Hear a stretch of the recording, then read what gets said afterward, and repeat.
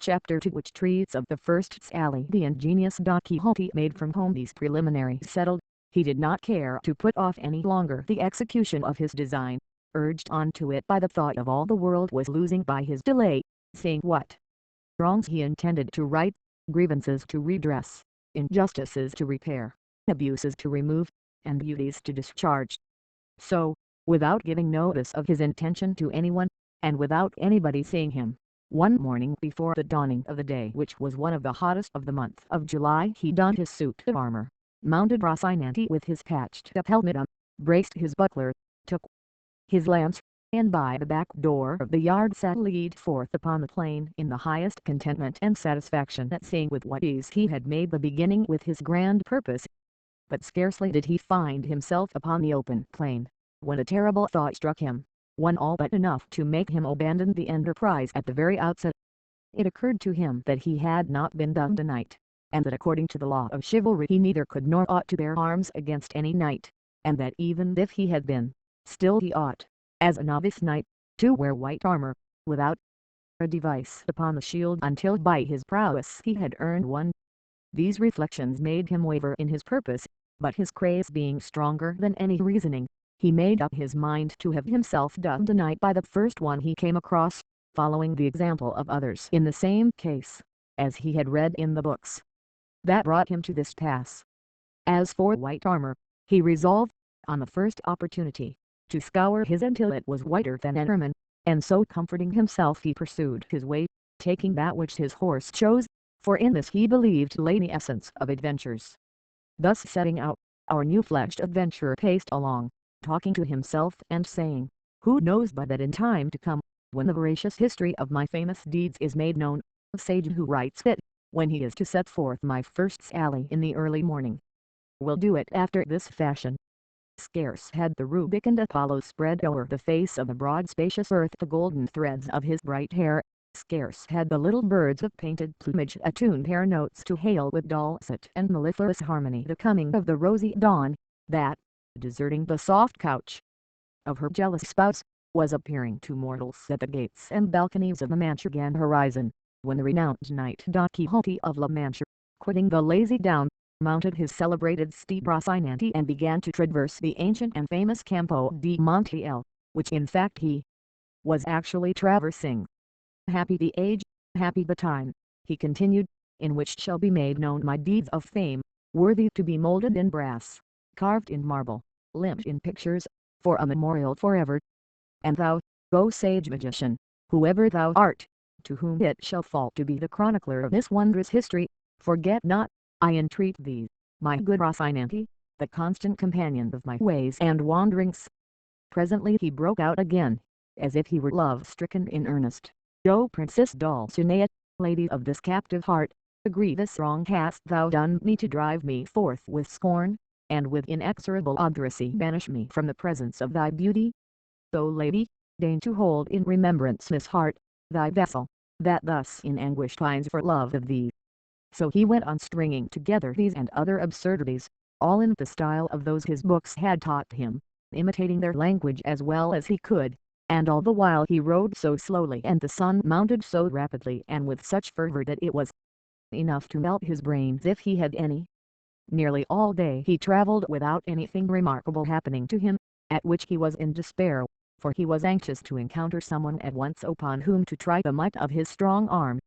Writers there are who say the first adventure he met with was that of Puerto Lapis, others say it was that of the windmills, but what I have ascertained on this point, and what I have found written in the annals of La Mancha, is that he was on the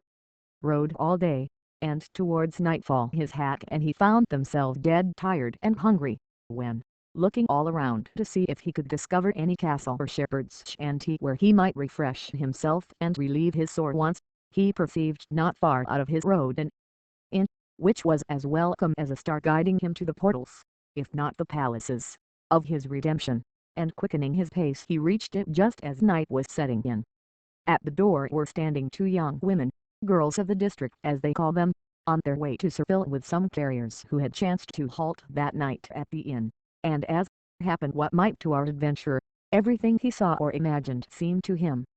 to be and to happen after the fashion of what he read of The moment he saw the inn he pictured it to himself as a castle with its 4 turrets and pinnacles of shining silver, not forgetting the drawbridge and moat and all the belongings usually ascribed to castles of the sort.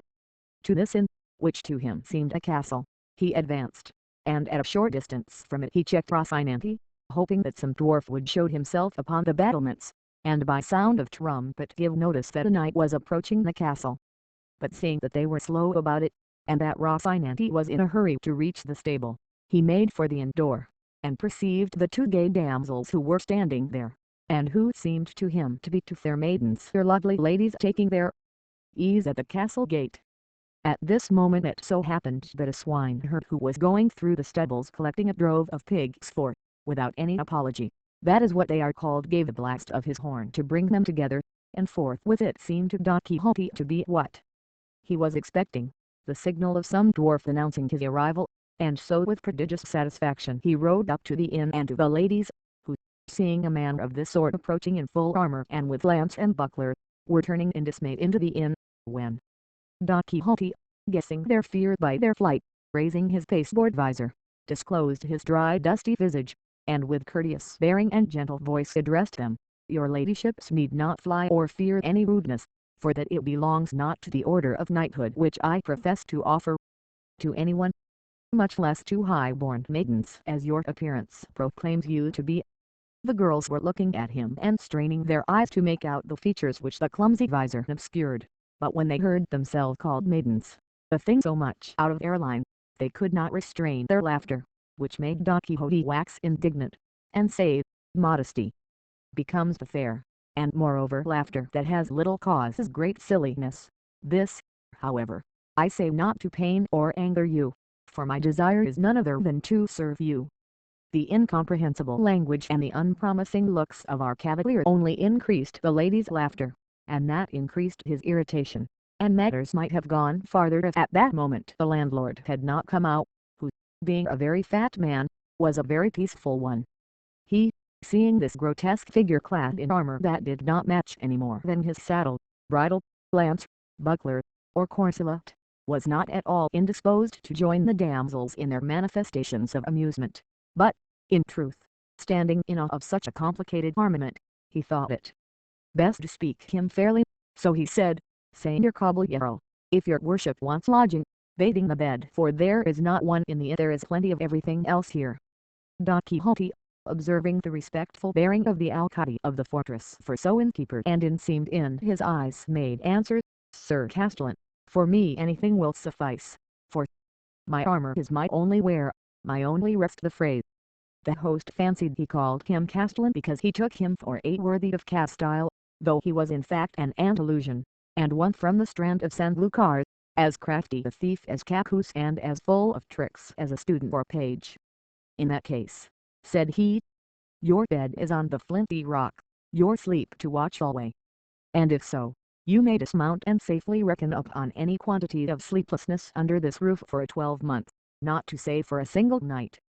So saying, he advanced to hold the stirrup for Don Quixote, who got down with great difficulty and exertion, for he had not broken his fast all day, and then charged the host to take great care of his horse, as he was the best bit of flesh that ever ate bread in this world. The landlord eyed him over but did not find him as good as Don Quixote said, nor even half as good, and putting him up in the stable, he returned to see what might be wanted by his guest, whom the damsels, who had by this time made their peace with him, were now relieving of his armor. They had taken off his breastplate and backpiece, but they neither knew nor saw how to open his gorget or remove his makeshift helmet, for he had fastened it with green ribbons, which, as there was no untying the knots, required to be cut.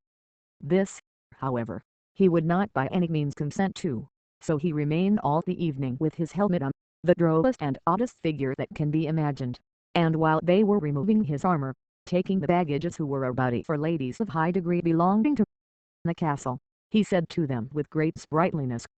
"Oh, never, surely, was there knight so served by hand of dame, as served was he, Don Quixote hight, when from his town he came, with maidens waiting on himself, princesses on his hat. So are Rocinante, for that, lady's mine, is my horse's name, and Don Quixote of La Mancha is my own, for though I had no intention of declaring myself until my achievements in your service and honor had made me known, the necessity of adapting that old ballad of Lancelot to the present occasion has given you the knowledge of my name altogether prematurely. A time, however, will come for your ladyships to command and me to obey, and then the might of my arm will show my desire to serve you." The girls, who were not used to hearing rhetoric of this sort, had nothing to say in reply. They only asked him if he wanted anything to eat. "I would gladly eat a bit of something," said Don Quixote, "for I feel it would come very seasonably." The day happened to be a Friday, and in the hole there was nothing but some pieces of the fish they called in Castile bacalao, in Andalusia bacalao, and in some places curadillo, and in others troutlet, so they asked him if he thought he could eat troutlet, for there was no other fish to give him. "If there be troutlets enough," said Don Quixote, "they will be the same thing as a trout, for it is all one to me whether I am given 8 reals in small change or a piece of 8. Moreover, it may be that these troutlets are like veal, which is better than beef, or kid, which is better than goat. But whatever it be, let it come quickly, for the burden and pressure of arms cannot be borne without support to the inside." They laid the table for him at the door of the inn for the sake of the air, and the host brought him a portion of ill-soaked and worse-cooked stockfish, and a piece of bread as black and mouldy as his own armor, but a laughable sight it was to see him eating, for having his helmet on and the beaver up, he could not with his own hands put anything into his mouth unless someone else placed it there, and this service one of the ladies rendered him. But to give him anything to drink was impossible, or would have been so had not the landlord bored the reed, and putting one end in his mouth poured the wine into him through the other, all which he bore with patience rather than sever the ribbons of his helmet. While this was going on there came up to the inn the Salgador, who, as he approached, sounded his reed pipe 4 or 5 times, and thereby completely convinced Don Quixote that he was in some famous castle, and that they were regaling him with music, and that the stockfish was trout, the bread the whitest, the wenches ladies, and the landlord the castellan of the castle, and consequently he held that his enterprise and sally had been to some purpose. But still it distressed him to think he had not been done tonight, for it was plain to him he could not lawfully engage in any adventure without receiving the order of knighthood.